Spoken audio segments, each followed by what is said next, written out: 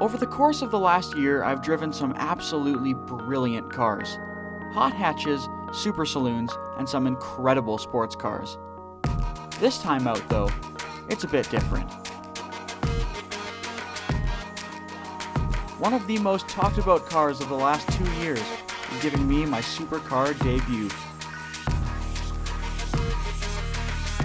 Here it is, another one of Stuttgart's finest.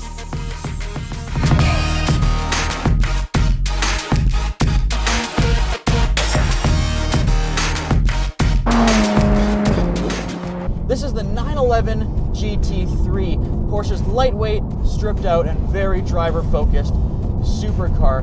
In the back, there's a 3.8-liter six-cylinder, which pumps out 475 horsepower and 325 pound-feet of torque to the rear wheels, which means 0 to 60 miles an hour in a scarce 3.5 seconds. But there's also two very awesome facts about this car. The first being it revs to an astronomical 9,000 RPM, and the second, which I think is even cooler, is that it has all-wheel steer. And that brings me conveniently to the handling. Because of that all-wheel steer, the grip is absolutely phenomenal, as well as the agility, because it helps with that weight transfer, the classic 911 issue of having the engine over the rear axle. But it's absolutely fantastic. I can put my hand on my heart and say I've never felt anything like it in the corners. It's such a pleasure to drive because of all that extra grip and all that extra drivability you get in the corners.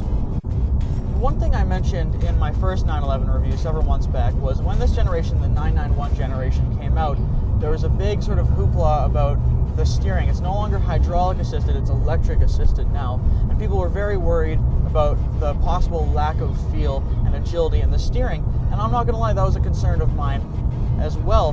But having put it through its paces in the corners, it's absolutely fantastic. The feel and the feedback you get is simply sublime. You know exactly where you're going to point the front wheels, and in a near 500 horsepower supercar, that's pretty important. Going into corners, one of the first things you notice are the brakes and how sharp and effective they are. Because the more you drive it, the more confidence they instill, because you can brake harder and carry more speed into corners, which in turn adds to the experience. And it's absolutely phenomenal. But apart from the cornering itself, one of the most fun things about this car is actually coming out because of that insane, naturally aspirated power delivery. It's almost immediate, and it's got just the right amount of torque to just fire through this PDK double clutch gearbox. And quick side note about that is that this car was a little controversial for hardcore fans because it's only available in the PDK gearbox, but I can assure you that once you've driven it, you won't be complaining at all. It's absolutely fantastic. It's super smooth and it's immediate, and it adds so much to the experience when you can just fire through the gears. I absolutely adore this thing.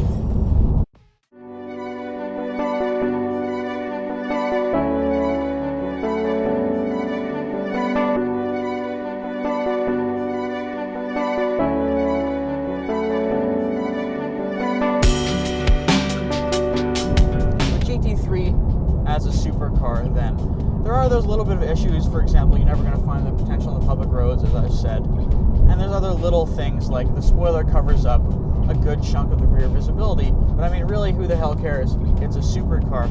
The suspension's very comfortable, the gearbox is very smooth in day-to-day situations, so you can definitely live with this thing. I mean, it is a little stripped out. There's a fire extinguisher underneath the passenger seat, for God's sakes, so you definitely know that you're in a supercar.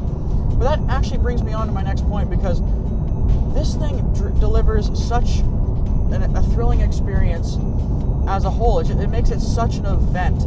Every time you get in this thing and you want to drive it, you just want to drive it more and more, because this car is here for you to drive it. This is not an A to B car. This is a car for you to find a country road like this one and just have the time of your life.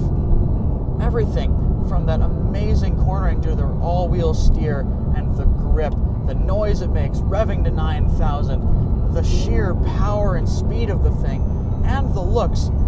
I can say, put my hand on my heart, that this is the greatest car I've ever driven.